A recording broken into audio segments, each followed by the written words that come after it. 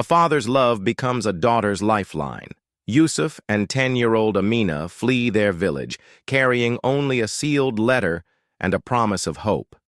But when they're torn apart on the dangerous journey to freedom, Amina must summon incredible courage to survive storms, betrayal, and the unknown, all while protecting the letter her father entrusted to her. What truth does the letter hold that connects their past to her future? The crescent moon cast faint silver across the Malian desert, its light barely illuminating the shadowy outlines of Yusuf and his daughter, Amina. At 10 years old, Amina clutched a threadbare backpack as if her life depended on it.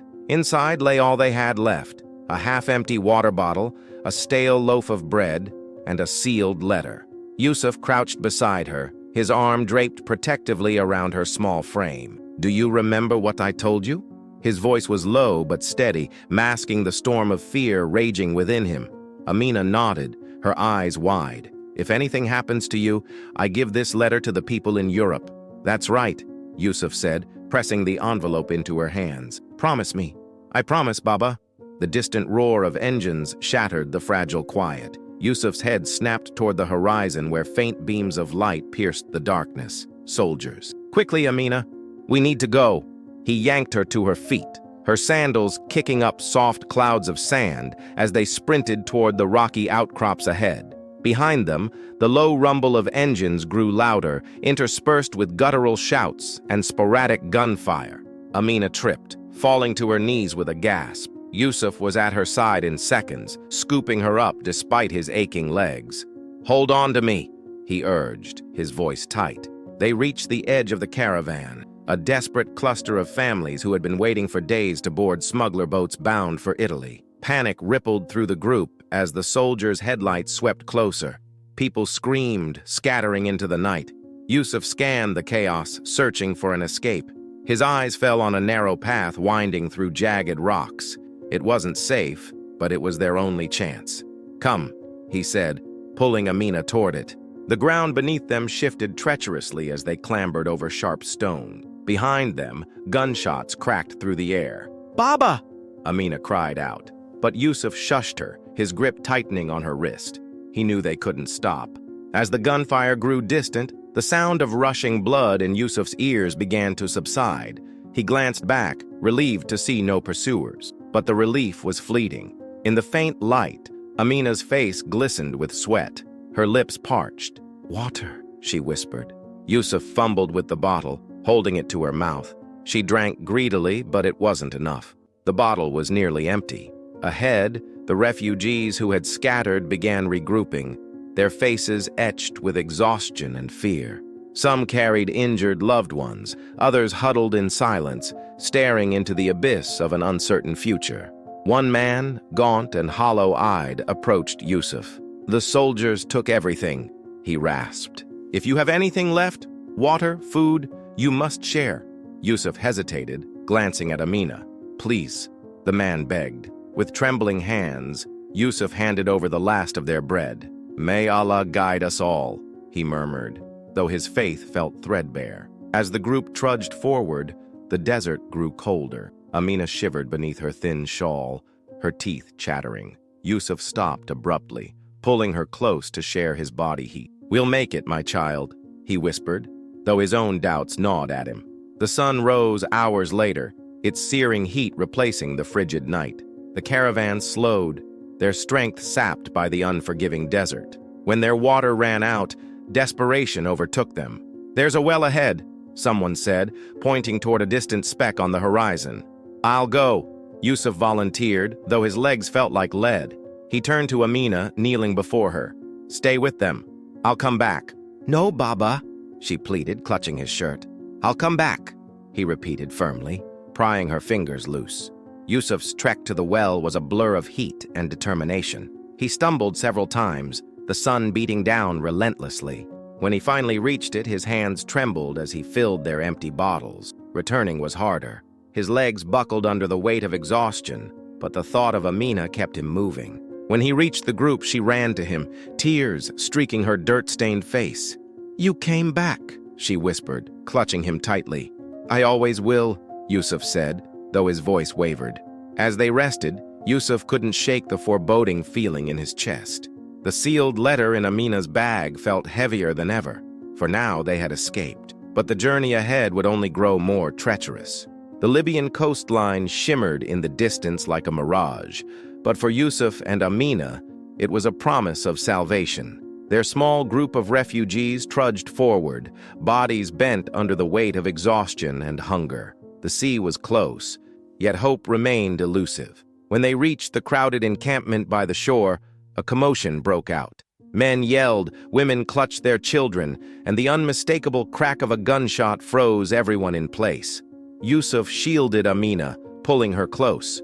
"Stay behind me," he said, his voice low but commanding. The smuggler, a wiry man with sun-scorched skin, stood on a wooden crate, gesturing wildly as he addressed the frightened crowd. "Only a few can go. If you want a place, pay now."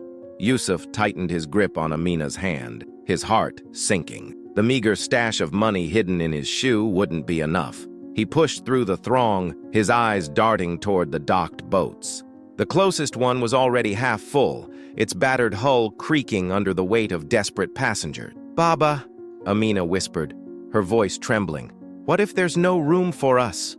"There will be," Yusuf assured her, though he had no idea how. He approached the smuggler cautiously. "We paid already," he said, his voice steady but firm. "You promised us a place." The smuggler sneered. "Your place is gone. A family offered more. That's how it works." Anger surged through Yusuf. He grabbed the man's shirt, pulling him close. "You gave me your word," he growled. "Your word means nothing here."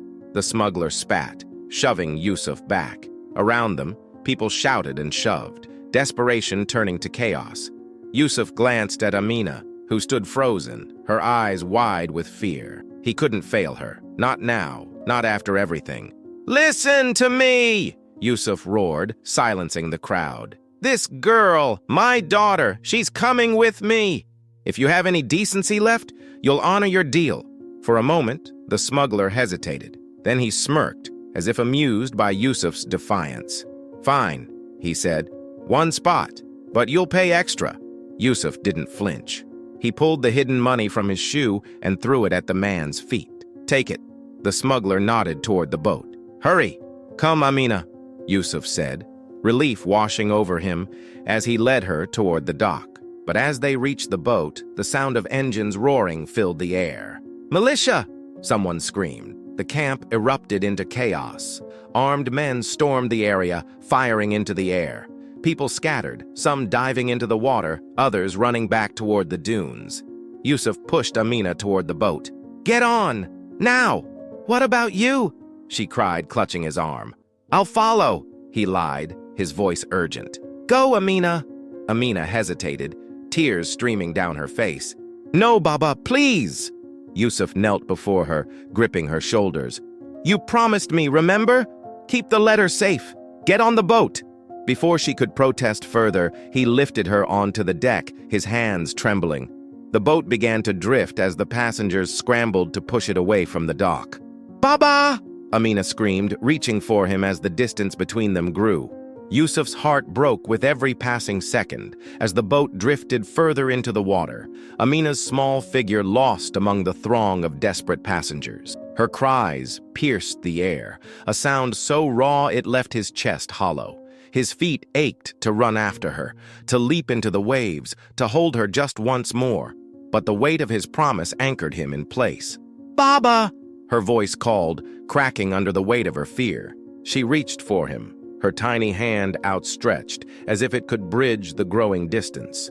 Yusuf's knees buckled as a militia soldier grabbed him from behind, yanking him roughly toward the dunes. The letter, her promise, flashed in his mind like a lifeline. He didn't fight. What could he fight for now, except her survival? "Stay safe, my little one," he whispered, his voice trembling as he closed his eyes, imagining her holding the letter close to her heart. Tears blurred his vision, but he refused to let them fall, refused to let the soldiers take even that from him. As the sound of the boat faded into the crashing waves, his breath hitched. Amina's cries, once sharp and desperate, dissolved into the wind. Yusuf let his head fall back, gazing up at the dark, unfeeling sky. "May the stars guide you, Amina. Always." The soldier barked an order, but Yusuf barely heard it. His body moved where they dragged him, but his spirit had already set sail, carried on the same waters that now bore his daughter toward her future. The boat swayed precariously as it moved away from the shore. Amina clung to the railing, her knuckles white. Around her, frightened faces mirrored her own fear. The open sea stretched endlessly before them, and the horizon offered no comfort. Amina's trembling hands reached into her bag, pulling out the sealed letter. It felt heavier now, as though it carried not just her father's words, but his very soul. She pressed it tightly to her chest, her small frame shaking as tears streamed down her cheeks. "For Baba," she whispered, her voice cracking under the weight of her grief. She clutched the letter so fiercely it crumpled slightly in her grasp, as if holding it tighter could somehow bring him back, could somehow undo the impossible finality of his absence. She turned her face toward the horizon, where the shoreline was fading into the distance. Somewhere back there, her father's shadow grew smaller and smaller, swallowed by the chaos she could no longer see but could still feel. The wind carried faint echoes of his voice, or maybe it was her heart refusing to forget. "I'll be strong," she said, her voice trembling but fierce. "I promise, Baba. I'll do what you ask." Her hands shook as she kissed the letter, leaving a tear-stained mark on the fragile paper. "But I can't." Her words broke into a sob. "I can't do this without you." The waves rocked the boat violently, but Amina sat rooted in place, the world around her dissolving into a blur of pain and salt air. For a moment, she closed her eyes, imagining him beside her, his strong arms, his quiet assurances. "I'll keep you safe," he had always said. But now, she was alone. The stars began to emerge, faint and distant in the darkening sky. Amina tilted her head back, searching for one that might hold him. "Baba," she murmured through her tears. "I'll find you in the stars. I promise." And then she clutched the letter closer, her lips quivering as she whispered, "Stay with me, Baba. Please don't leave me yet." The boat rocked violently as waves slammed into its sides, each surge a reminder of how fragile their vessel was. The storm had rolled in suddenly, darkening the sky and turning the sea into a churning nightmare. Amina clutched the railing with one hand and the letter with the other, the wind ripping at her scarf and the salt spray stinging her eyes. Around her, passengers screamed and prayed, their voices lost to the roar of the storm. The engine sputtered and died, leaving the overcrowded boat at the mercy of the waves. Panic spread like wildfire. Amina's heart pounded as a wave crashed over the bow, drenching her. She tightened her grip on the letter, the only piece of her father she had left. "Help me! Somebody help!" a woman screamed, holding a crying baby. Amina crawled across the slippery deck, her small frame weaving through the chaos. "Hold on!" she shouted, her voice barely audible. She reached the woman and wrapped her arms around the baby, steadying them both. The woman sobbed in relief, clutching Amina's hand. The boat tilted sharply, throwing several passengers overboard. Gasps and cries pierced the air as people scrambled to hold on. Amina felt the deck shift beneath her and dug her fingers into a crack between the planks. "We're going to die!" a man yelled, his voice cracking with terror. "No, we won't!" Amina shouted back, though her own fear threatened to consume her. "We just have to hold on!" As the storm raged, the passengers huddled together, their desperation binding them. Amina's resolve hardened. She had promised her father she would survive, and she intended to keep that promise. Hours later, the storm began to subside, leaving the boat battered and adrift. The passengers were soaked, shivering and silent, their faces etched with exhaustion and grief. The woman Amina had helped lay slumped against the railing, her baby asleep in her arms. Amina sat near the bow, the letter clutched against her chest. Her body ached and her throat burned with thirst, but she refused to cry. She couldn't let herself break. Not yet. Suddenly, a shout broke the heavy silence. "A ship! There's a ship!" Heads snapped toward the horizon, where a faint silhouette emerged, a large vessel cutting through the waves. The passengers erupted in cries of relief and waved frantically, their voices hoarse.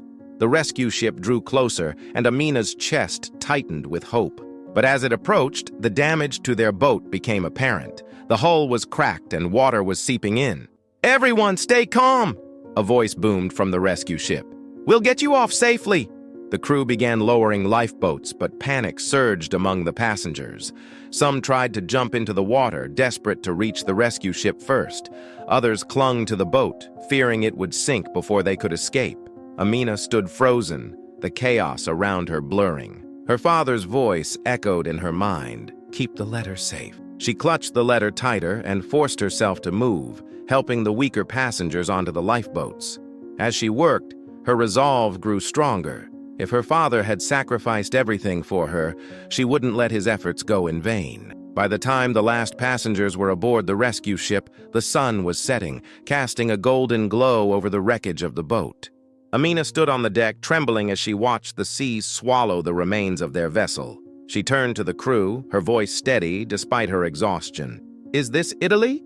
One of the crew members knelt beside her, his expression gentle. "Not yet, little one, but we'll get you there safely." Amina nodded, her grip on the letter unwavering. She had survived the storm, but her journey was far from over. In her heart, she carried her father's final words and the weight of his sacrifice.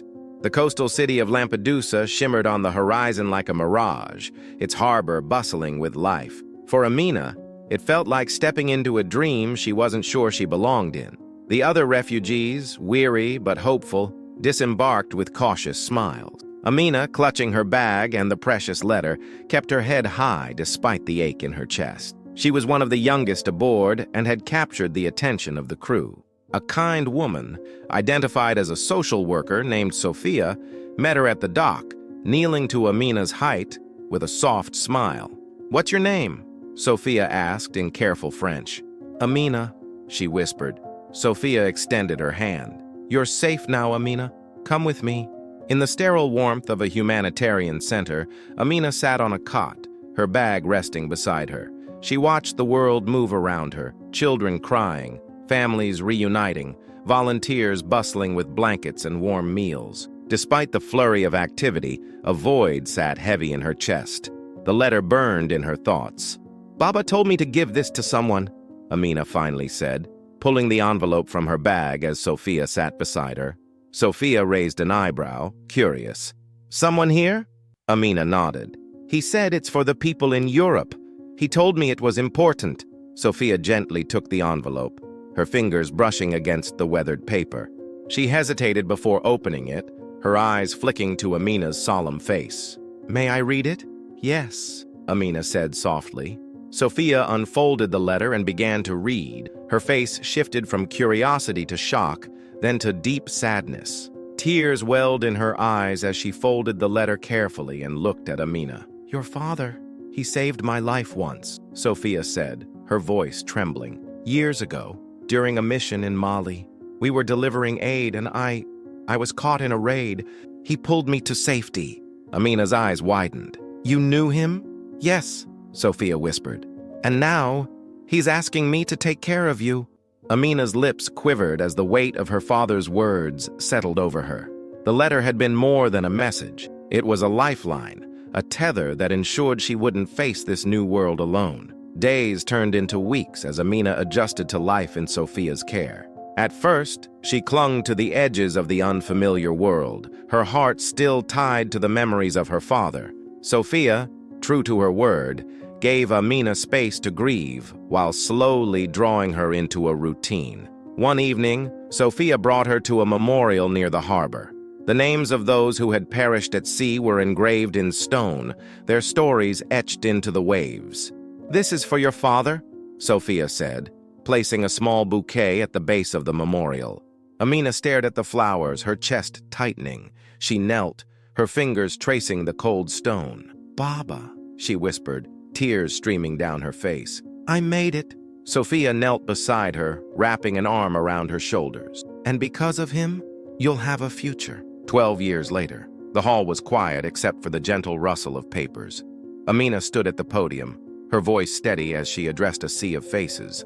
Her once timid demeanor had been replaced by strength and confidence, though her hands trembled slightly as she held the worn letter that had never left her side. "I owe everything to one man," she began, her voice clear and resolute. "My father, Yusuf. His sacrifice gave me a future, and his words gave me purpose." Behind her, a plaque engraved with the words, "Yusuf Foundation for Refugee Advocacy," gleamed in the light. The foundation, her life's work, had already helped reunite hundreds of displaced families and offered countless children the chance for safety and education. Amina paused, her eyes scanning the audience. In the front row sat Sophia, now older but still with the same warm smile. Amina met her gaze and smiled softly. Reaching into her pocket, Amina pulled out the letter, its edges frayed with time. She unfolded it carefully, her voice faltering for the first time as she read aloud, "Amina, my light, this world will test you, but I know you will rise. You carry my heart, my courage, and my love always." She stopped, her voice catching as tears welled up. But this time they weren't tears of pain. They were of fulfillment, of love, of pride. Amina folded the letter gently, pressing it to her chest one last time. The audience rose to their feet, the room filled with applause and admiration. As the sound echoed around her, she looked to the sky through the large windows where the evening stars had begun to appear. "Thank you, Baba," she whispered, her heart full. "I kept my promise." And as the night embraced the world outside, Amina knew her father's light would never fade, shining through every life she touched. If you were moved by Amina's journey, please subscribe to HeroKind Stories and leave a comment. What part of Yusuf and Amina's story resonated most with you? We'd love to hear your thoughts.